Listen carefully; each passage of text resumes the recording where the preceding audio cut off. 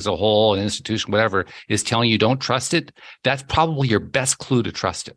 Yes, yes, yes. And when you trust, magical things happen. I left a job, a 6-figure job. I walked away from it. I was done. Something happened and I was like, yeah, no, I'm not doing this anymore. And I was always the girl that had one foot in this door and one foot in that door. And when this door was good, I took the foot out of the first door.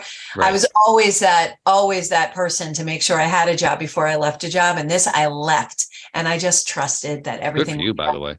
And everything did work out. And, you know, I have my own company and I'm in a good place and I wrote a book and I have my own radio show and, you know, blah, blah, blah. And that's all because I took that courageous step of saying, you know what, I'm drawing a line in the sand. No more. I'm not. And it was scary, wasn't it? I mean, I know it was scary for me. It's terrifying. It's terrifying. I was waiting. First of all, I was looking around, waiting for the other shoe to drop. Right, exactly. Nervous breakdown. Yes. That's one. And two, I wasn't sure what was going to happen the next day, but I was like, you know what? It is what it is. Take a deep breath, trust, and it does work out because I learned that Source has our back. God, Source, higher power, whatever your higher power is, has our back no matter what, and is not going to let us fail. We just have to pay attention to the signs. And I was.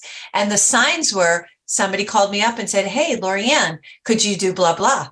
Yes. So I went into a year of saying yes to everything. I would say yes, even if I don't want to do this, but that led me to something else, which ended up having me turn into, from a marketing expert into a coach. My marketing expertise helps the foundation for all my clients, but my coaching was where the yumminess is. That's where I get my joy, is watching the success people go on to have as a result of us working together. You know, that is so yummy. And I take all of those life experiences to help serve the people I'm serving today. So just think about it, guys. Every experience you've had in your life since you were little are all tools that we're putting in our tool belt. And every job you go to, you're dragging these other tools that help you for the very job or career you're in right now. And it is amazing when you put those dots together. It is. I think it's also important to remember something else too. And that is, it's not a smooth path. And especially in those earliest steps that you take, it's not like the door's open and, oh my God, the success just showed up.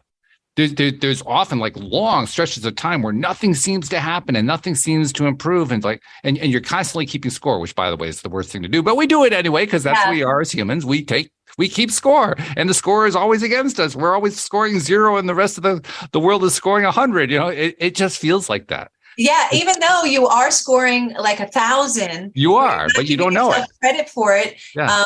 And yeah, it makes you, that's why only 8% of the population has the level of success that they want.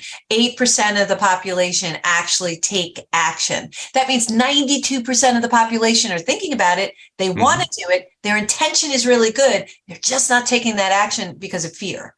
Yeah. Fear keeps us in a box. And fear, they're not trusting.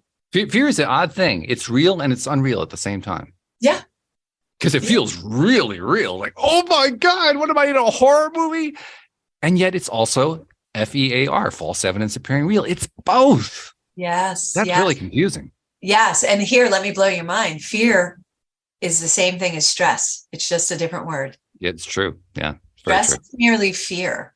You know, so if you look at the two synonymously, you will see that it's the same thing. And it's just a way to keep us small, keep us down, and keep us in a little box.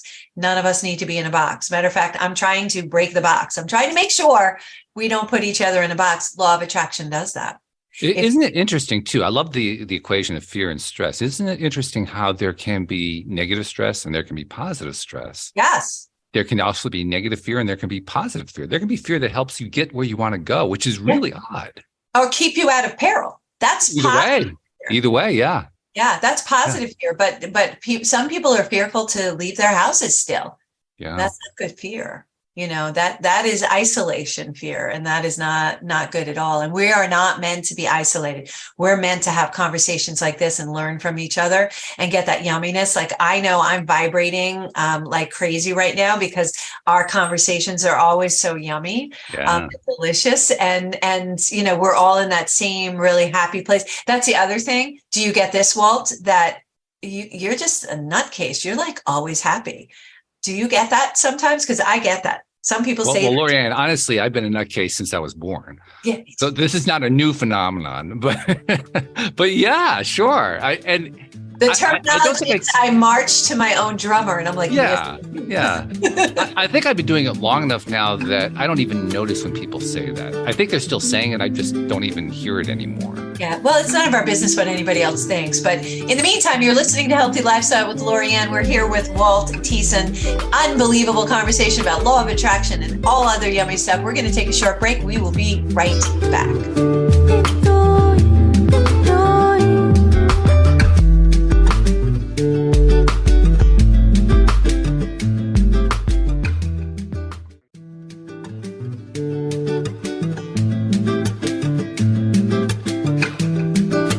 Welcome back to Healthy Lifestyle with Lorianne. I am Coach Lorianne, and we're here today with Walt Thiessen. So excited. But if you want to be a guest or lift up your business or product or non-for-profit, or if you have a question or comment, feel free to reach out to us. Email us at healthylifestylewithla@gmail.com. Let me slow it down for your non-New Yorkers. healthylifestylewithla@gmail.com. Hopefully you got your pencil by then.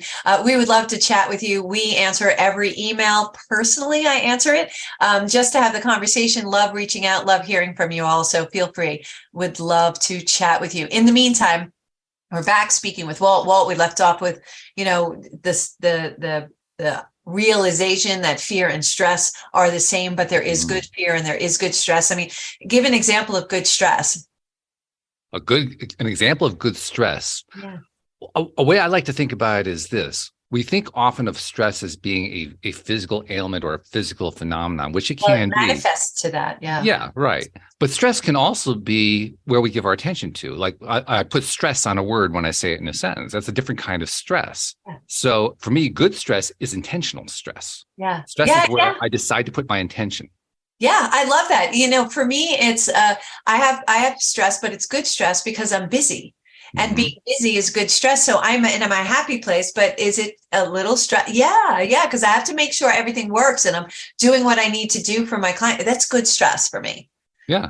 In fact, I would say that kind of stress rarely is destructive in any way.